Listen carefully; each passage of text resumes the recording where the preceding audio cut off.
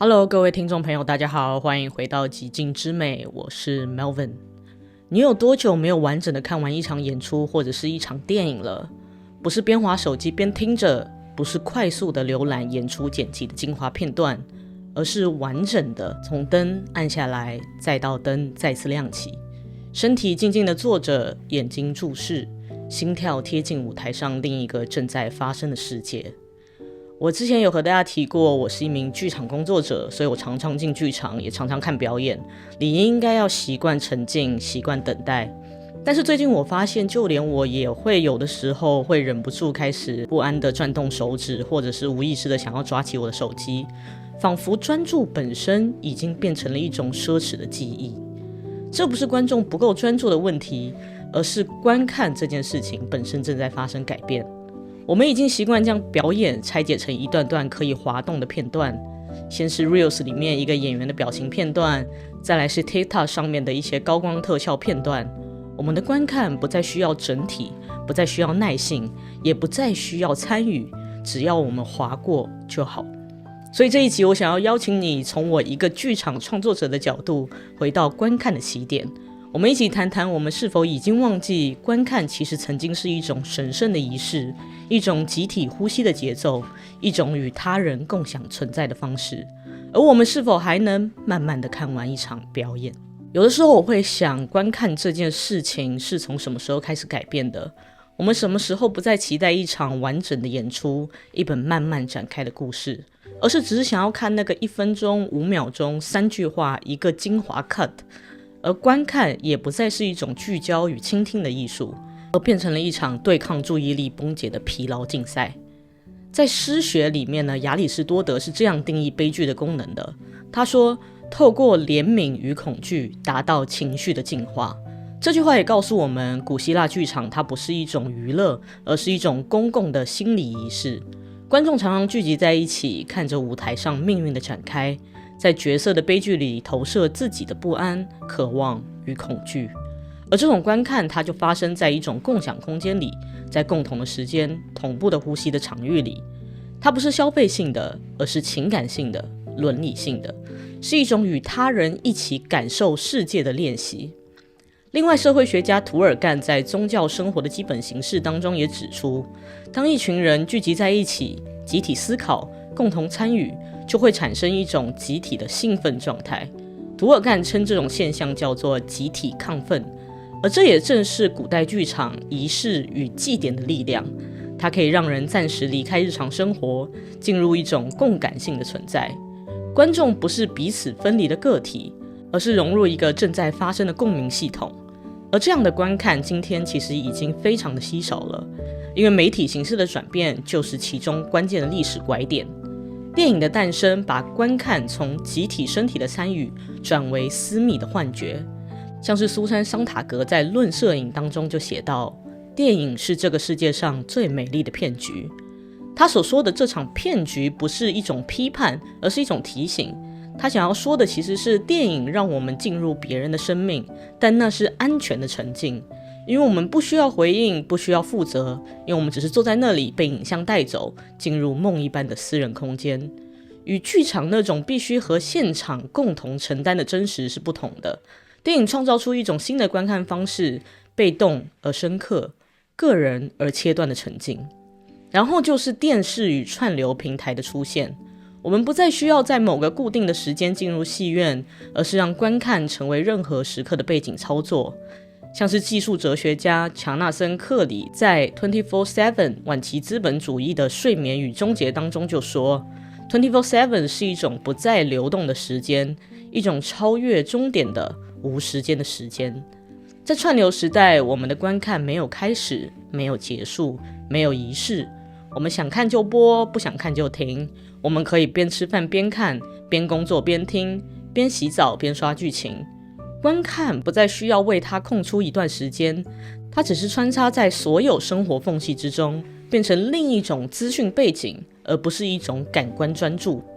而直到现在短影音时代的到来，一切又更加进一步的破碎。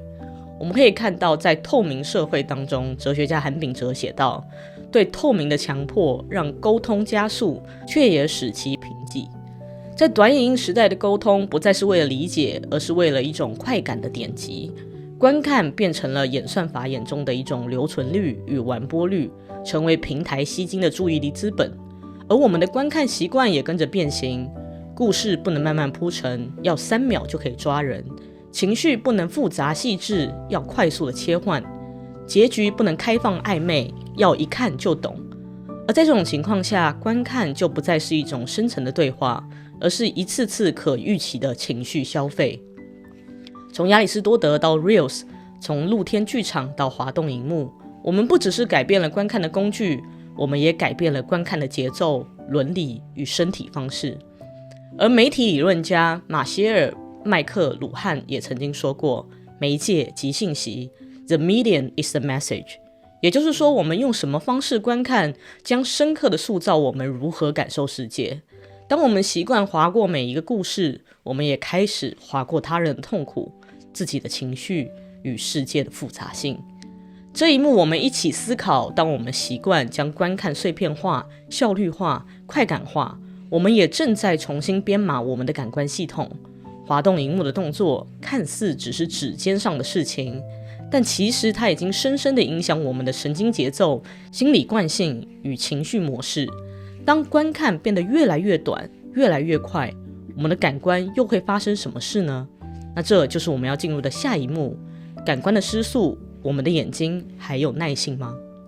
你有没有发现自己越来越容易看腻？一部电影太慢，一本书太厚，一场演出没有高潮，我就想要放弃，觉得太无聊，我不想要看了。不是因为你变懒了，而是因为我们的感官正在被重塑成一种适应滑动的节奏。我们可以看到神经科学家丹尼尔·列维丁在《The Organized Mind》有条理的大脑当中指出，人类的注意力系统是有限的，而现代生活对它提出了异常的需求。每一次当我们切换画面、查看讯息、点击推播，我们都在消耗一点点的注意力资源，而这种消耗其实是累积性的，它会让我们逐渐失去长时间投入一件事情的能力。而另外，刚才前面也提到的韩炳哲在《疲劳社会》当中也指出，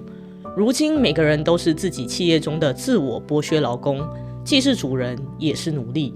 而这种自我剥削的现象源于我们对成功的渴望与对失败的恐惧，使我们不断地驱使自己去超越自己的极限。所以当画面停顿、节奏放慢、声音减弱的时候，我们会感到焦躁不安，并不是因为内容无趣，而是因为我们的神经系统已经无法适应这种慢。另外，德国社会学家哈特穆特·罗莎在《加速社会》当中也提到，不断奔跑不是为了达到目标，而是为了维持现状，仅仅是为了留在原地。罗萨就强调，现代社会的加速不仅体现在科技或者是交通上，更深层次的去影响了我们对时间与空间的感知，使我们在无形当中被迫加快步伐，以应对不断变化的环境。因此，当我们面对节奏缓慢、叙事复杂的作品的时候，就会感到不适应，甚至焦躁，因为这与我们被训练接受的这种快、亮、直观的感官节奏不符。同样的，文化评论家保罗·维利略在《The Vision Machine》当中也指出，光速不只是加快了资讯的传递，它也改变了知觉的结构。维利略他警告我们，科技影像的速度与强度改变了我们如何感知事物的本质。你有没有发现，现代人越来越难忍受慢慢来，声音太细致听不进去，光影太柔和注意力就会飘走，表演太沉静就会被说没戏。这不是因为我们肤浅，而是因为我们的感官阈值被拉高了。我们想要更大的声音、更快的剪接、更明显的情绪，才感觉到有内容。但这其实是一种感官的退化，而不是一种进步。哲学家华特·本雅明早在1936年的机械复制时代的艺术作品当中就提出，现实对大众的调整以及大众对现实的调整是一种无限的适应过程。他指出，当艺术被机械复制以后，观众的感官就会逐渐调整成符合大众媒介的节奏，而这种调整到了今日已经成为了一种感官驯化，因为我们不再适应艺术，而是艺术必须配合我们的滑动时间表、我们的荧幕、我们的手机，而这是否也让真正深刻的表达越来越难发生呢？最后，我想要引用感官人类学者大卫豪斯的一句话：我们不只是视觉的存在，我们是共感的、有身体的、文化情境中的存在。当我们的观看越来越视觉中心，越来越扁平，越来越碎片化，我们也逐渐失去了对其他感官的开放，听觉、触觉、节奏感、呼吸感。而剧场那个本来让我们全身感官都参与的空间，也被压缩成了一支支预告片、一张张剧照、一句句行销文案。你是否也开始怀疑我们的感官是否还有耐性去完整感受一个东西呢？所以这一幕我们一起讨论了，当我们的感官无法再承受沉静与迟缓，我们也渐渐无法承受复杂的情绪、故事结构，于是感官的内容就开始变化了。戏剧不再讲究文本的层次，而是追求快速的传达。角色不再暧昧难辨，而是迅速的对位情绪。叙事不再铺陈，而是预设好的一种15秒一个转折的一种剧情节奏。所以下一幕我就想要来问问大家，在一切都被模板化的今天，艺术还需要文本吗？我有的时候看剧场演出的时候，会有一种奇怪的感觉，那就是有些演员的肢体很美，灯光很绚烂，视觉也很紧凑，但是他的语言却是空的，人物也不再那么深刻。他们说的话不再像是以前的莎士比亚或者契诃夫那样层层的推进，带着无数纠结的内心，那样的带着隐微的社会震动和时代的共感。它更像是一种我们平常就已经很熟悉的语调。我们应该要看看这个社会的议题，我们应该要学会放下，我们终将和解。不是不好，只是为什么好像都非常的熟悉，好像我哪里都听过，好像是一个模板一样。文学理论家杰瑞·伊格尔托在《The Event of Literature》当中指出，文学的功能不是传达，而是扰动。我们曾经仰望语言，那种可以让一场革命发生，让一个人改变信念，让你看见世界某个从未发生的裂缝的语言。但今天的文本却越来越像社群语录、行销标语、情绪引导手册。而另外呢，心理学家保罗·艾克曼曾经将人类的基本情绪划分为7种，那就是喜、怒、哀、惧、厌、惊。如果你看过脑筋急转弯，就是 Inside Out 的话，那你一定记得那个住在主角脑中的几个小人，乐乐、悠悠、厌厌这些人。而这部动画的情绪角色设计其实就来自艾克曼的理论。艾克曼最初研究的目的呢，其实是为了探索人类的面部表情是否具有跨文化一致性。他首先是在巴布亚纽几内亚的部落当中进行实验，发现即使是未接触过现代媒体的人，他也能够辨识出照片当中的表情所对应的情绪。而这个发现呢，也震撼了心理学界，因为他想要证明的是，情绪表达它是具有演化基础的，是人类沟通的一种原始语言。但这套原本用来理解情绪本能的系统，到后来却被转化为一种商业媒体的情绪公式。一部影片如果要吸引人，前5秒必须要有明确的情绪。一段戏如果没有明显的情绪转折，就会被认为是没有张力。演员被要求要用非常清晰的表情和动作来表演情绪，而不是用语言去慢慢铺陈角色的内心。而在这种情况下呢，情绪也变成了一种模组化语言，只要一个表情、一段音乐、几个色调，就能唤起对应的感觉。而观众呢，也在这样的模板当中被训练成一种快速辨识、快速反应、快速感动、快速滑走的观看者。我们的情绪不再细致，不再含混，不再可以在暧昧与不确定当中慢慢形成，而是被导向成一种可预期、可设计、可收割的感觉模式。而另外呢，美国视觉行销顾问德里克·汤普森在《Hitmaker》当中也指出，熟悉会滋生喜爱。如果某样东西让你感觉到好像看过，你就更可能会喜欢它。而这句话也揭示了一个简单但非常具有影响力的心理机制。我们以为自己喜欢的是创新与惊喜，但实际上我们的情感往往被熟悉所驱动。这在短影音与剧场语言的演变当中尤其明显。试想现在的短影音、戏剧，甚至是疗愈系的一种语录和语言结构，它一般可能会先制造一些冲突，比如说一段亲子纠葛、一个孤单的夜晚、一个戳人戳心的台词。然后再快速的反转，原来妈妈一直都爱我，原来我只是还没有放下，然后最后结尾再包装一下，加上一段钢琴配乐或者是一段强烈表情的 close up。 那观众在这种情况下呢，他一看就懂，甚至他都可以预测出来他下一句是什么，结尾是什么。所以创作者他并不是偷懒，而是在回应演算法与观众偏好结合之后的一种感官熟悉经济，而这也影响了剧场，语言要简单易懂，情绪要熟悉对位，结构一定要有记得点与共鸣点。而另外我们可以看到，传播学者道格拉斯·拉什科夫在 Present Shock 当中也写到，叙事崩解是一种无法从头到尾追随故事的无力感。我们已经不再能忍受一个故事慢慢来，不只是观众的耐性改变，创作者的策略也变了。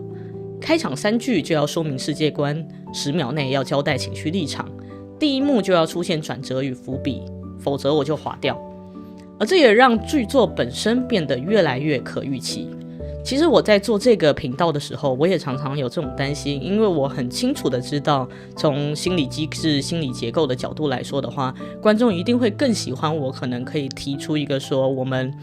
5个点来聊聊今天这一个话题，提出可能10大哲学家或心理学家或社会学家的论点，我们来回应这一个问题。其实我个人认为，这样子的思考方式可能可以帮助观众更快的去理解和 get 到这些论点，这些学者他想要表达什么，和我个人论点是什么，或者是你可以快速的去应用这些技巧在你的个人的生活当中。但这不是我的目的，因为我本身觉得真正可以达到改变的最好的方法是去吸引大家真正的发自内心的去思考。所以有的时候在坐在这边和大家聊半个小时1个小时，可能有很多观众真的看前面30秒就把我的影片关掉了，就不想要继续看了，或者是看了一半觉得我好像没有讲出什么结论来，就不愿意继续往下听了。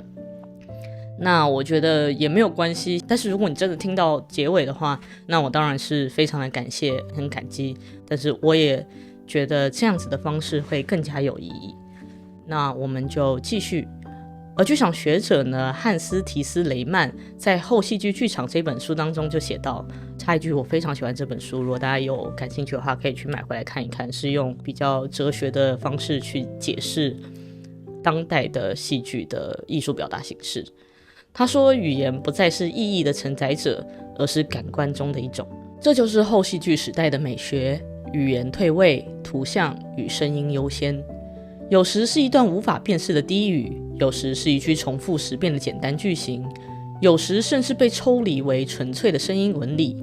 这种形式有其美学的价值，它试图从说明与说教当中抽离，回到感官本身，让观众用身体去体验，而非用理智去分析。这其实不是一种坏事，但它同时也带来一个问题：当语言不再承担意义、情绪、伦理与时间的重量的时候，剧场还剩下什么呢？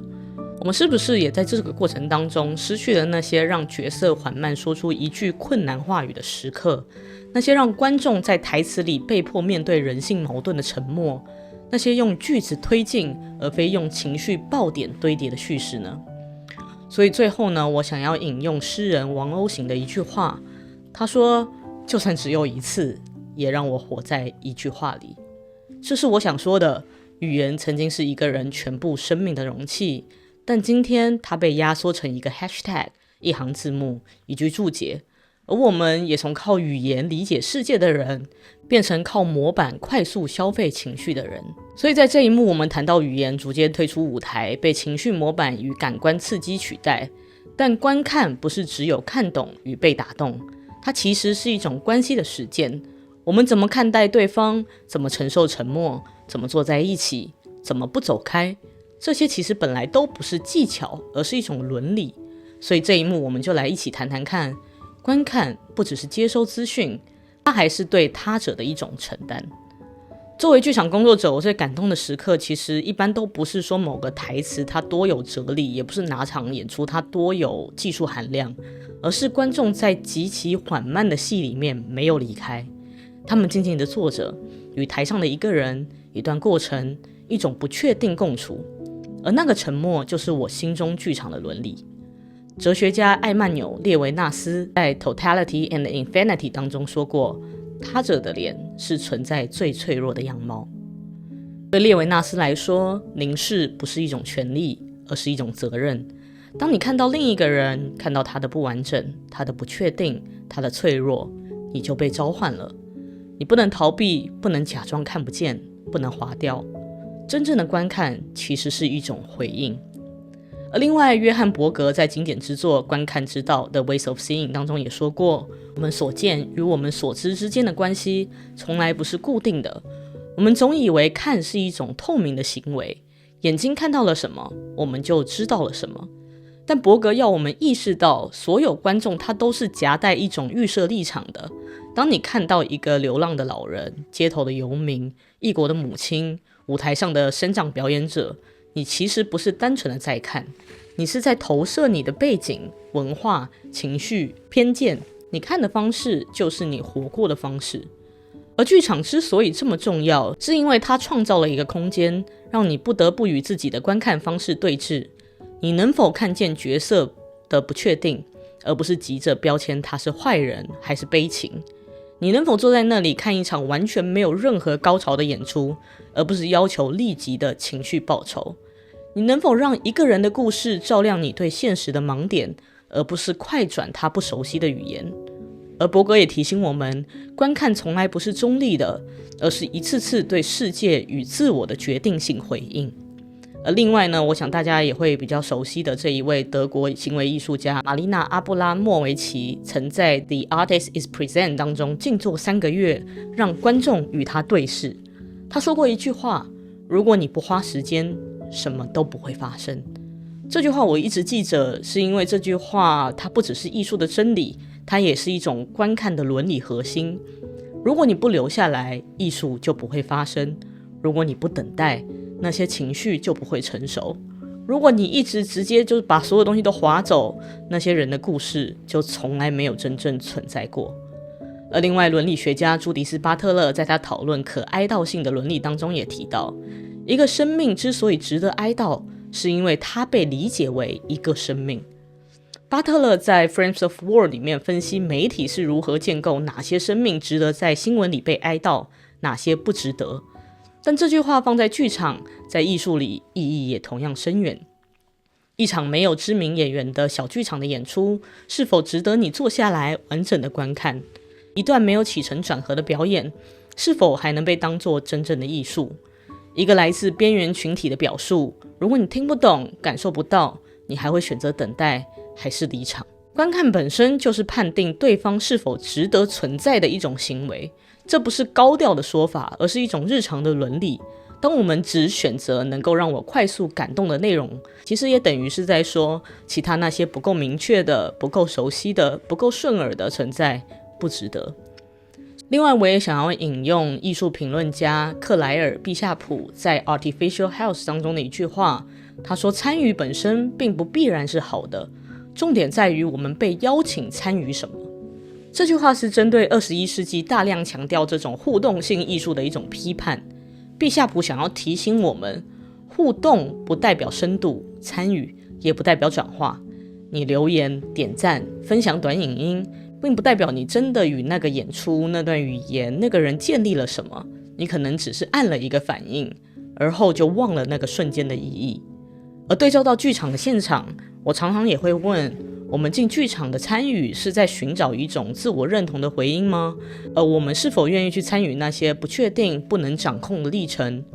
或者我们只是想要参与那些被我理解、能被我操作、能被我及时反应的体验？而毕夏普也要提醒我们，参与如果缺乏真正的伦理思考与在场的深度，那其实它就只是另外一种消费。所以我想要说，剧场的观看从来不是为了快速得到一个情绪，而是让我们不逃避于某个存在共处的那段时间，那段等待，那段沉默，那段不知如何是好的共在，才是观看真正的深度。观看不只是关于我们的眼睛看到什么，理解什么，更关于我们如何选择留下来，选择与他人共处，选择为一个声音保留空间，选择为模糊与未完成的耐心等待。但如果观看真的是一种伦理，那么它也不会自动发生。所以下一幕我们想要问，观看到底是可以练习的吗？我我们可以看到视觉文化学者尼古拉斯·米尔佐夫在《How to See the World》当中提出，观看不只是注视，而是一种与之共处。这句话也提供了一种转向的可能，观看不是判断对错，不是理解全部，而是愿意与之在一起，与那段你还不懂的影像共处，与那个你还不熟悉的观点共处，与那个还没有发生的结局共处。而这样的观看不来自专业，而来自一种伦理的姿态。另外，哲学家 Simone Weil 在 Gravity and Grace 当中也写过，专注被推至极致便是一种祈祷。我们不需要改变整个世界的观看习惯，但我们可以在今天此刻为某个画面、某个人、某段文字留下多一点时间。那个专注本身就是一种伦理行为，一种内在的祈祷。而另外，现象学家 David Abrams The Spell of the Senses 当中也写到，眼睛不是观察的器官，而是互动的器官。你看世界的方式，就是世界看你的方式。我们不是孤单的观看者，我们的凝视也是一种回应。观看是与世界对话，而非分析对象。另外，当代艺术理论家萨拉·艾哈曼德在 Queer Phenomenology 当中也说过，取向关乎我们如何开始，以及我们接下来如何前行。如果我们希望重新学会观看，也许不需要伟大的理论、惊人的改变，我们只需要从每一次观看开始，都选择不逃避，选择不快转，选择在场，而这就是我们前行的方向。所以最后呢，我总结了一个表格，我们可以试着重新学会观看的日常实践。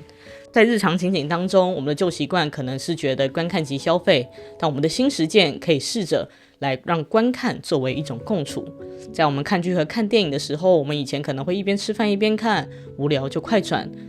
那我们可以试着在某个时候关掉其他干扰，全程静静地陪伴他一段故事。我们会习惯在看短影音的时候，滑不到10秒就关掉，滑下一个，不停地切换。但或许我们可以试试看，我们至少完整的看完一支，观察其叙事与情绪节奏。我们去外面看展览和演出的时候，我们以前可能就是走马看花，拍照打卡，但或许下一次我们可以试着停下来，凝视某一个细节，留一段安静与作品共处。在我们与他人对话的时候，我们过去可能会边看手机边应付回应快速的片段，但下一次我们试着尝试全神贯注的听一段话，观察对方语气与节奏的变化。在我们自己创作或写作的时候，我们过去可能会追求快速的产出，模板化情绪与语句，或者我想要快一点，半个小时就把它快速的解决，赶快写好，后面就关掉也不改了。下一次我们试着看看，可不可以在我们写日记写作的时候留时间让感觉沉淀，允许文字缓慢的生成。所以最后我想要和大家说，我们不是真的不会观看了，我们只是忘了观看曾经是一种在场的勇气。在这个时代，快是生存，慢是选择。剧场教会我最深的一件事，就是怎么去慢慢的看一个人，一次沉默，一句台词。而选择慢慢的看，就是选择相信有些东西值得等待，有些存在值得你留下来，有些故事值得你陪他说完。愿我们都不再急着看完，而是学会看见。那不是落伍，而是一种人与人之间最后的连结。如果短影音是一种快速的生存方式，那么慢慢的观看就是一种温柔的反抗。谢谢你今天愿意和我一起走完这段思考的旅程，也谢谢你在众声喧哗的时代里，还愿意留下来看一场还没说完的表演。你也可以留言和我分享，你上一次好好的完整的看完一场表演是什么时候呢？希望你喜欢今天的分享。如果你喜欢我分享生活美学和哲学的方式的话，请帮我一个忙，点赞分享，并且订阅这个频道。一定要订阅这个频道。上一集节目不知道为什么突然有很多观众来看，这是算是我可能做这个节目快要1年以来数据最好的一个影片。我后台发现有 95% 的人看我这个影片的人，95%的人都没有订阅我的频道。一定要订阅，因为还会有很多更精彩的内容。然后希望大家都可以认真的看到结尾。或许这个缓慢的思考的过程不在于我讲的有多好，或我分享的内容有多么有价值，而在于你真的停下来，愿意跟自己相处，愿意跟自己思考的这个过程，那就已经很值得了。那我也很希望可以听到你的想法，或者你还有什么其他感兴趣的话题，都请在下方留言让我知道。我非常需要大家的意见，来让我挑选更多大家真的感兴趣和大家更愿意去思考的话题。那我之后都会很乐意去认真的去做好准备，去把我平常读书和思考的内容整理出来，和大家探讨不一样的话题。那我相信这样子的话，我们互动程度更高，我的影片的内容也会越来越好。那我会继续努力和大家分享我看待世界的眼光，也欢迎大家关注我的 Instagram 和我的 Substack， 可以看看我的摄影作品和我的一些写作的作品。那就感谢大家今天的陪伴，希望我有一天也能看见你的世界。那我们就下一集再见咯，谢谢大家，拜拜。